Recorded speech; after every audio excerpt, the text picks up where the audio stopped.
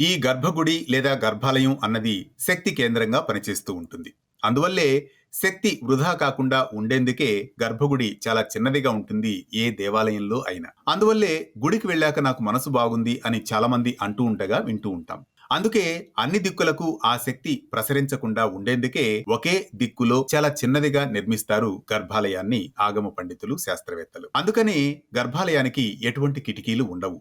ఒకవైపు మాత్రమే ప్రధాన ద్వారం ఉంటుంది. అది కూడా చాలా చిన్నదిగానే ఉంటుంది. అందువల్లే గర్భగుడి వద్దకు రాగానే భక్తులు పరోక్షంగా శక్తిని రిసీవ్ చేసుకుంటూ ఉంటారు. పరోక్షంగా గుడిలో శక్తిని గ్రహించడమే ఇందులో ఉండే ఆంతర్యం. దేవాలయంలో నిరంతరం వేద మంత్రోచ్చారణలు సాగుతూ ఉంటాయి. ఘంటానాదాలు, పూజలు, కైంకర్యాలు, విశేష సేవలు అన్నీ కొనసాగుతూ ఉంటాయి. అందువల్లే ఈ శబ్ద తరంగాలు, ఘంటానాదాల వల్ల, పూజలు, కైంకర్యాల వల్ల ఆలయంలోని గర్భగుడిలోని మూల విరాన్మూర్తి విగ్రహం నిరంతరం శక్తిని ప్రసరింపజేస్తూ ఉంటుంది. అందువల్లే ఆలయానికి వెళ్ళొచ్చాక మాకు మనసు ప్రశాంతంగా ఉంది, కష్టాలన్నీ గట్టెక్కాయి అని అంటూ ఉండగా వింటూ ఉంటాం. ఇందులో పరోక్షంగా ఉండే ఆంతర్యం కూడా ఇదే. నిన్నటి మేధస్సు నేటి ప్రేరణతో కొనసాగే మరిన్ని అంశాల కోసం ఫాలో కండి మహర్షి టాక్స్, మీ ఆర్కే కొత్తకోటతో.